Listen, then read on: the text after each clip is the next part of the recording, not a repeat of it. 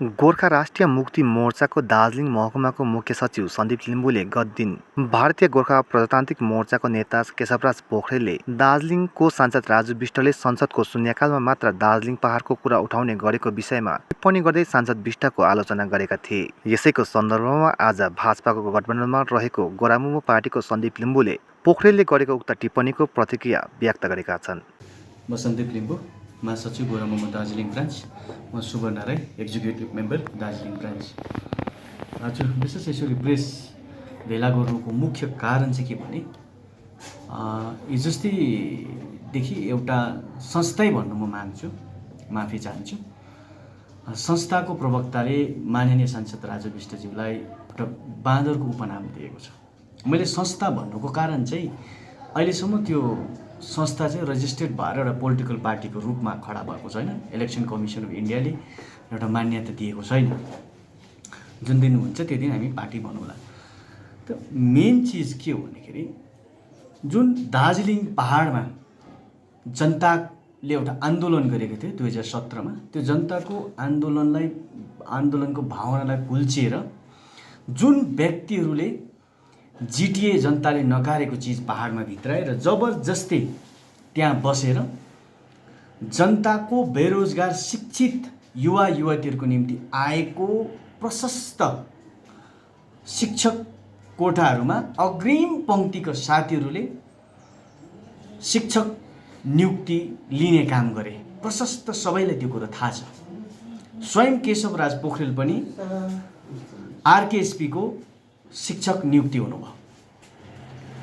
यसले के कुरो दर्शाउँछ भने साथीहरू आफैले नै बाँदरे प्रवृत्ति देखाएर जनताको लागि आएको सम्पूर्ण सहुलियतहरू आफैले लुचेर खाने काम गरे।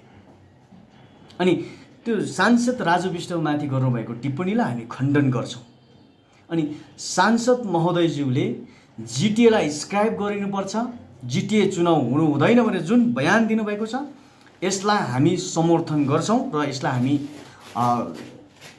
जनतालाई पनि अपिल गर्न चाहन्छौँ, यसलाई साथ दिने विशेष निवेदन गर्छौँ। अनि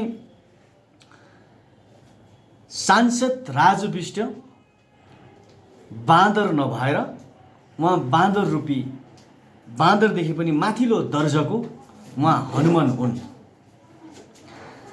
उहाँले जिटिए भित्राउँदै गर्ने संस्थाका साथीहरूको सपना र उनीहरूले देख्दै गरेको जिटिएमा आउने बजेटको कटमनीको पहाड अनि दार्जिलिङ पहाडलाई दिल्लीले दिन लागेको पर्मानेन्ट पोलिटिकल सल्युसनलाई डिस्टर्ब गर्ने जुन एउटा उहाँले लङ्का तय गरेका थिए, ती लङ्कालाई जलाउने भारतीय गोर्खाहरूको प्रतिनिधि सांसद हनुमान राजु विष्ट माथि भरोसा छ। राजु विष्ट, अमित शाह र मोहन घिसिङमाथि हामीलाई विश्वास छ। जबसम्म पहाडको पक्षमा यी रामहरू खडा हुन्छन्, पहाडको विरुद्धमा गएर कुनै पनि पोलिटिकल पार्टीले, कुनै पनि संस्थाले काम गर्न हामी दिने छैनौँ डेमोक्रेटिक वेमा। यसैले जुन माग उठेको छ, जुन जनताको आवाज थियो कि जिटिए चुनाव हुनु हुँदैन, जिटिए चुनाव खारेज गर्नुपर्छ, जिटिए खारेज हुनुपर्छ भने जुन माग छ जनताको, त्यही आवाजलाई माननीय सांसद राजु विष्टज्यूले संसदमा उठाउनु भएको छ। सिन्सियरली उहाँले काम गर्नुभएको छ। अनि गृहमन्त्री स्वयंले पनि पर्मानेन्ट पोलिटिकल सल्युसनको लागि पहिलो राउन्डको बातचित सुरुवात गर्नुभएको छ। यसैले जबसम्म पर्मानेन्ट पोलिटिकल सल्युसन हुँदैन तबसम्म जिटिए खारेज गरिनुपर्छ, जिटिएको चुनाव हुनै हुँदैन भन्ने जुन माग पहाड तराईवासीको छ यसलाई हामी सपोर्ट गर्छौँ र समर्थन गर्छौँ र हामी दुईटै सरकारलाई पनि यो अपिल गर्न चाहन्छौँ। अनि सांसदज्यूले जुन मोहन घिसिङज्यू अनि सांसदज्यू र अमित शाहज्यू बिचमा जुन एउटा बातचित पहिलो राउन्डको टक्स भएको छ, हामी आशा गर्छौँ कि चाँडोभन्दा चाँडो पर्मानेन्ट पोलिटिकल सल्युसन पहाडले निकास पाउनेतर्फ लाग्नेछ र सांसदले उठाउनु भएको मुद्दालाई जुन सदनमा उठाउनु भएको छ हामी विशेष समर्थन गर्छौँ यस कुरालाई। हजुर, यो पिपिएसतर्फ जुन यो वार्ता चलिरहेको छ नि है, यो दोस्रो वार्ता चाहिँ कहिले होला र यो, किनभने हुन्छ भन्नुहुँदै थियो है, यो कहिले? दोस्रो वार्ता अब गृहमन्त्रीज्यूले नै भन्नुभएको दिवाली पछि र अहिले हामी दिवाली सकेपछि दिवालीको पछिको समयहरूमै छौँ अनि हामी आशावादी छौँ। हामी गृहमन्त्रीमाथि हामीले भरोसा राखेको छौँ कि निश्चित तौरमा छिटोभन्दा छिटो नै दोस्रो राउन्डको टक्स पनि हुनेछ, किनभने त्यो प्रकारको अध्यक्ष मोहन घिसिङज्यूको एउटा कार्यक्रम उहाँले सेट गरिसक्नु भएको छ, उहाँले गर्नुहुँदैछ र हामीलाई विश्वास छ चाँडोभन्दा चाँडो यो दोस्रो राउन्डको टक्स पनि हुनेछ र पहाडले निकास पाउनेछ, पहाडले पर्मानेन्ट पोलिटिकल सल्युसन भारतको संविधानले दिएको हक र अधिकार पाउनेछ भने हामी एकदमै गृहमन्त्रीमाथि हामीले भरोसा राखेका छौँ। आवाज जसले पनि उठाउँछ गोरा मोमोले कहिले पनि विरोध गर्दैन। त्यो उहाँहरूको कार्यक्रम हो, हाम्रो शुभकामना उहाँहरूलाई छ, किनभने उहाँहरूले उठाउनु भएको मुद्दा भनेको जिएनएलएफ पार्टीले जन्माएको मुद्दा हो। गोर्खाल्यान्ड जहाँनिर आवाज उठ्छ जिएनएलएफ पार्टी सदैव गोर्खाल्यान्डको पक्षमा खडा हुन्छ र जुन उहाँले कार्यक्रम गर्नुहुँदैछ, जुन काम उहाँले गर्नुहुँदैछ, उहाँहरूलाई हामी उहाँहरूको कार्यक्रमको सफलताको विशेष हामी कामना गर्छौँ। तपाईँहरू पनि उहाँ गएर कोही सहमति जनाउने के यस्तो योजनाहरू छ? अनि उहाँहरूको त्यो योजना हो। हाम्रो योजना भनेको चाहिँ गृहमन्त्रीसँग टेबलमा बसिसकेका छौँ, हाम्रो त बातचित सुरु भइसकेको छ। त्यो काम गर्ने तरिका उहाँहरूले त्यो प्रकारको काम गर्ने तरिका देख्नुभयो भने हाम्रो काम गर्ने तरिका चाहिँ सडकमै होइन, अब टेबलमा जुन गृहमन्त्रीसँग बातचित भइसकेको छ, यो बातचितलाई अझ रफ्तार दिएर यो समस्याको समाधानतर्फ पुर्याउने हाम्रो विशेष गरेर लक्ष्य रहेको छ।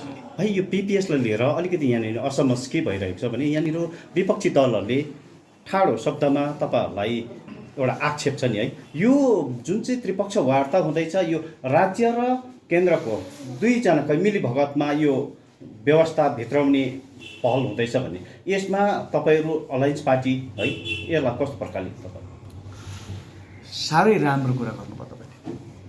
हामी पनि चाहन्छौँ कि पहाडको समस्याको समाधान राज्य र केन्द्र सरकार साथसाथै भारतीय गोर्खाहरूको प्रतिनिधि बसेर एकै मुष्टमा ट्राइपर्टाइज टक गरेर त्रिपक्ष चुक्ति गरेर समस्या समाधान होस् भन्ने हामी चाहन्छौँ। स्टेट गभर्मेन्टको पनि भनाइ छ कि म पहाडमा पिएस गराउँछु, पर्मानेन्ट सल्युसन गराउँछु। केन्द्रको भनाइ छ पर्मानेन्ट पोलिटिकल सल्युसन गराउँछु। हाम्रो पनि भनाइ छ कि पर्मानेन्ट पोलिटिकल सल्युसन होस् भनेर। त्यसैले यदि दुवै सरकार, पश्चिम बङ्गाल सरकार पनि इन्ट्रेस्टेड छ भने हामी त्यसलाई एकदमै वेलकम गर्छौँ। त्यो पहाड तराई डुवर्सको लागि राम्रो हो। यदि यो राज्यभित्रको एउटा व्यवस्था हो भने त त्यसलाई के गर्नु छ? ठाडो विरोध गरिन्छ त्यसको। राज्यभित्रको व्यवस्था हामीलाई चाहिएन, स्टेट एक्टको कुनै पनि सिस्टम चाहिएन, न त डिजिएसी चाहियो हामीलाई, न त जिटिए नै चाहियो। हाम्रो भनाइ स्पष्ट हो, जिटिए अब खारेज गरिनुपर्छ, जिटिएलाई स्क्रैप गरिनुपर्छ र भारतको संविधानले दिने हक र अधिकार जुन अन्य नागरिकहरूलाई दिएको छ त्यो हक र अधिकार भारतीय गोर्खाहरूलाई पनि चाहियो भनेको हाम्रो स्पष्ट भनाइ छ र स्पष्ट हाम्रो बुझाइ छ, स्पष्ट कुरा राखाइ छ। पर्मानेन्ट पोलिटिकल सल्युसन भनेको चाहिँ संविधानले दिएको हक र अधिकार र केन्द्र सरकारको दायराभित्र पर्ने व्यवस्थाको कुरा गरेको हामी मोर पावर मोर मनीको कुरा गरेको होइनौँ। जिटिए टोटली पहिला पनि फेल थियो, आज पनि फेल छ। कहिले पनि जिटिएले जनताको आकाङ्क्षा पुरा गर्न सकेन, तर एउटै चिजको लागि पुरा गर्न सक्यो जिटिएले नेताहरूको लागि प्रशस्त कट मनी दिनु सफल बन्यो। तर जिटिएले जनताको आकाङ्क्षाको लागि, जनताको भावनालाई कतै पनि कदर गर्न सकेन। त्यसैले जनताले पनि जिटिएलाई नकारेको छ। गोरोमोमो पार्टी सुरुदेखि जिटिएको विरुद्ध थियो भने आज पनि छौँ र भोलि पनि हामी रहन्छौँ। त्यसैले यो जिटिए चुनाव जबसम्म पर्मानेन्ट पोलिटिकल सल्युसनको चुक्ति हुँदैन, समस्या समाधान हुँदैन, तबसम्म हुनु हुँदैन भन्ने हाम्रो स्पष्ट अडान छ। किनभने जिटिए बनिँदा ट्राइपर्टाइज टक अनुसार बनिएको हो।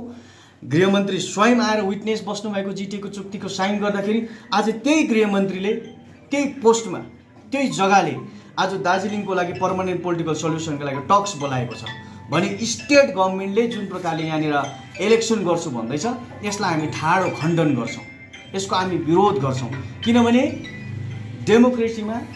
डेमोक्रेसीमा जुन प्रकारले एउटा बातचित सुरु भएको समस्याको समाधानको लागि यो एकदमै राम्रो पहल हो। यसलाई राज्य सरकारले पनि हस्तक्षेप गर्नु मिल्दैन। यसलाई यो जुन प्रकारले अघि मैले भने बाँदरे प्रवृत्ति देखाएर हाम्रो साथीहरूले दिल्लीको वार्तालाई बिगार्नको लागि, दिल्लीको वार्ताको औचित्यलाई खत्तम गर्नको लागि राज्य सरकारसँग मिलेर जुन एउटा ठुलो षड्यन्त्र गरेको थियो कि जिटिए चुनाव गराउनुपर्छ भनेर, तर देशको न्यायको सबैभन्दा ठुलो मन्दिरमा सांसद हनुमान राजु विष्टज्यूले कुरा उठाउनु भएको छ। यसले के कुरो स्पष्ट हुन्छ भने अब जिटिए चुनाव हुनु हुँदैन र हुँदैन भन्ने स्पष्ट बताएको छ। प्रवृत्ति बाँदरे प्रवृत्तिको साथीहरू छ जसले चाहिँ जनताको नाममा आएको चिजबिज त लुचेर चिथारेर खाइसक्यो भने यो पर्मानेन्ट पोलिटिकल सोल्युसन जो भारतीय गोर्खाहरूको 1.5 करोड गोर्खाहरूको जनआकाङ्क्षाको कुरा छ त्यो कुरो उहाँहरूलाई हामी देखाएर बिगार्न चाहँदैनौँ पनि। अनि जसले पनि गृहमन्त्रीले अध्यक्षता गरेको मिटिङको मिनट लेखिएन भनेर भन्दैछ उनीहरूलाई सायद अफिसको डेकोरम थाहा नहुन सक्छ। अनि त्यो आरटिआईको एउटा यहाँ जिकर गरिन्छ कि आरटिआई जुन व्यक्तिले पनि मैले स्पष्ट रूपमा भन्नुपर्छ यहाँनिर खबर म्यागजिनको मनोज बोखुटीले गलत अनुवाद गर्नुभएको छ। त्यहाँनिर स्पष्ट एक लाइन लेखेको छ। म त्यस्तो भयङ्कर इङ्ग्लिसको धुरन्धर त होइन, इङ्ग्लिस सब्जेक्टमा नलेज त्यतिखेर छैन, तर एक लाइन कमसेकम बुझिन्छ। त्यहाँनिर स्पष्ट लेखेको छ no minute has been issued भनेको छ। त्यसको मतलब मिनट कसैलाई पनि बाँडिएको छैन, दिइएको छैन भनेर भनेको छ। तर त्यसलाई गलत उल्था गरेर के भनेको छ मिनट लेखिएन भनेको छ। आज एउटा गाउँको समाजको मिटिङ हुन्छ भने पनि मिनट लेखिन्छ। देशको गृहमन्त्री हो जसले अफिसियल टक्स बोलाउनु भएको, ट्राइपार्टाइट टक्स बोलाउनु भएको, स्टेटको प्रतिनिधि एटेन्ड गरेको, गोर्खाहरूको प्रतिनिधि एटेन्ड गरेको, सांसद राजु विष्ट, एमएलएजहरू बसेको, ठुलो थुप्रै अफिसियलहरू बसेको 100% मिनट लेखिएको छ। तर गृह मन्त्रालयले जानुन् जसले आरटिआई गरे उसको नाम देखेर किन यसको एन्सर सटिक दिएन। म अपिल गर्न चाहन्छु जसले पनि आरटिआई गरे दिल्लीमा नगर्नु भएको राम्रो। तपाईहरुले आफ्नो पक्षका पश्चिम बङ्गाल सरकारका प्रतिनिधिलाई सोध्नु भयो भने मिनट के भयो, कसो भयो, बातचित के भयो त्यो सबै तपाईहरुले उदाहरण थाहा पाउनुहुन्छ। बिगार्ने मान्छेलाई त राम्रो चिज त दिनु भएन नि त। देशको गृहमन्त्री हो नि, गृह मन्त्रालय हो नि त। कसले आरटिआई गर्दैछ, किन गर्दैछ, मकसद के छ त्यो त सबै उहाँहरूलाई थाहा होला नि त। किनभने उहाँहरूसँग भनेको थुप्रै मसिनरिजहरू हुन्छ।